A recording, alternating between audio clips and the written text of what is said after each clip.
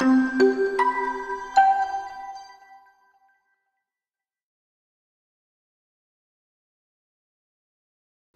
and welcome to BATV Update.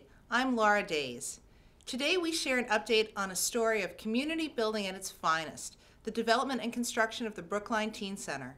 Spearheaded by Paul and Saskia Epstein, plans for the new center began in 2005. Recently, construction crews broke ground in the center's new home on 40 Aspinwall Ave. Meanwhile, the Teen Center is still fundraising to meet its $8 to $10 million fundraising goal. We recently visited a local fundraiser at the Putterham Grill to learn more about all the new and exciting developments with the center and what's in store in the near future. Hi, I'm Tracy Clark here at Putterham Grill in Putterham Circle, Chestnut Hill, with Brookline beloved artist and humanitarian Evelyn Berde. Evelyn, welcome. Thank you. I'm so excited to be here. This is an exciting night. This is an exciting night. Now, this night is your well, tell us about it. Well, I really am excited about doing a fundraiser for the Brookline Teen Center. My beginnings were here in Brookline, and so when we started our family, our kids grew up and went to school here, but the big lack for them was something to do after school. My kids were not the typical sports kids. They didn't want to do sports. They didn't want to go to a club. They didn't want to do it. They wanted to do something with other kids that was stimulating, exciting, something that they could meet other kids, play games if they wanted to, work on computers, do anything except for organize things in the high school. Nothing wrong with that, but they needed an alternative. And so when I heard that the Brookline Teen Center was going to be happening, I thought, oh my God, we have to get as much people as we can together to support it. So this, as an artist, is my way of supporting it. So the name of Evelyn's show is 100 Faces.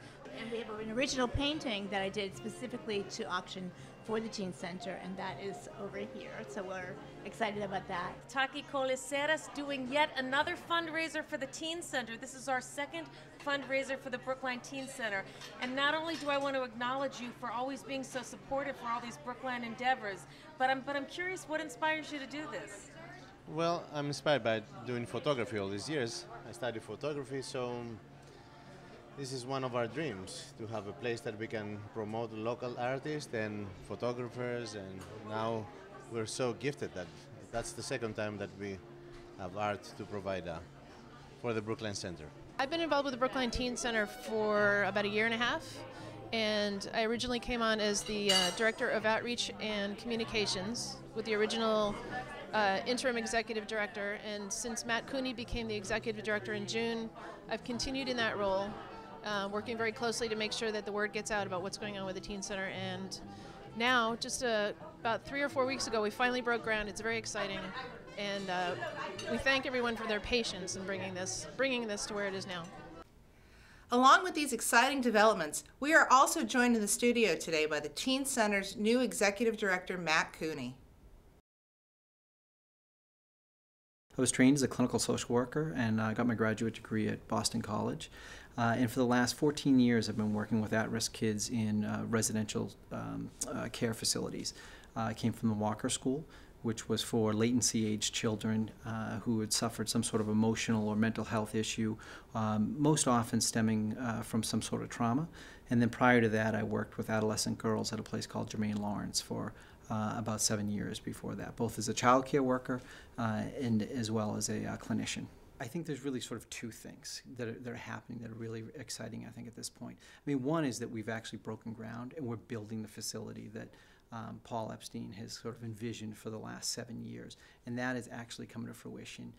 And by next fall, we will open a 12,000 square foot facility, something that Brookline has never seen, that is totally dedicated to teens here within the community. And that's extremely exciting. The other thing for me is not only the building, because that's fun and exciting and it's going to be a phenomenal facility that's state of the art, but it's also the fact that we're getting to start thinking about programming. And one of the things that we're working on right now that we're just started work on is a 3-day leadership summit for teens here in the community. The other piece is that I'm working currently with about 10 teens to help design the finished look, the feel of the Teen Center.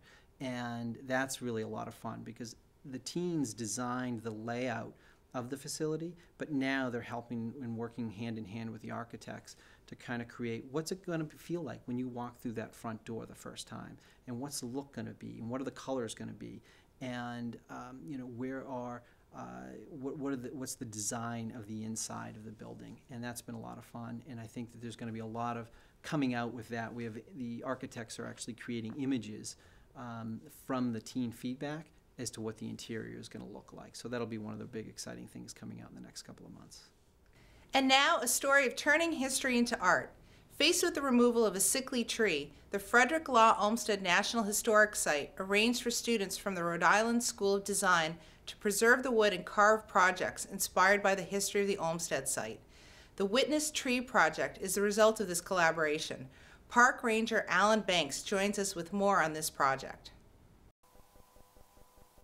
This art exhibit is part of a larger program that the National Park Service and the Rhode Island School of Design have been involved with for the last couple of years, actually since 2009, called the Witness Tree Project.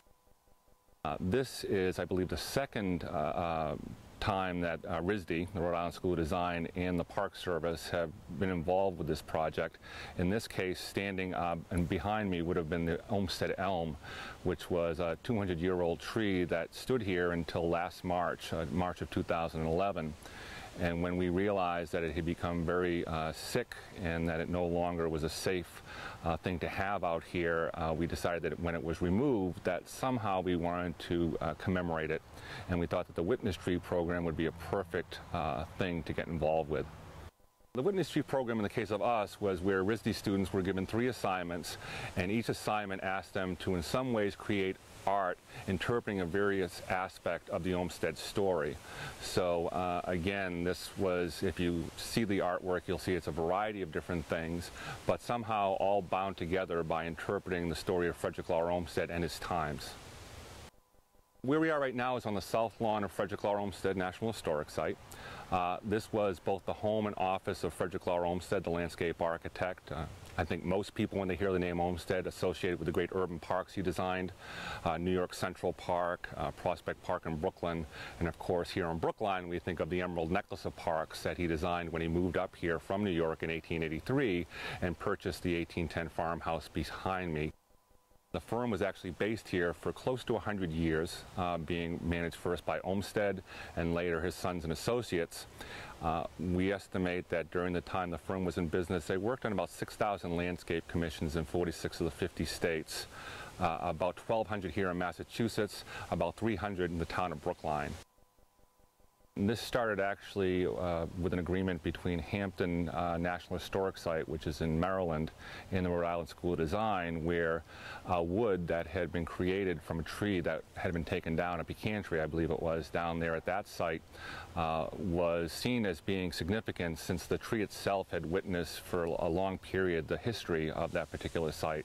So what happened was the Park Service gave this wood to the Rhode Island School of Design, and they were directed to and somehow interpret the story of that particular site through art that was created using that wood. The exhibit has finished its term at the Olmsted National Historic Site. However, the site is active with new projects and tours for the community. You can learn more about those online by visiting www.nps.gov/FRLA. Thank you for joining us this time with BATV Update. For more news about your community, please visit us online at www.batv.org. Thank you.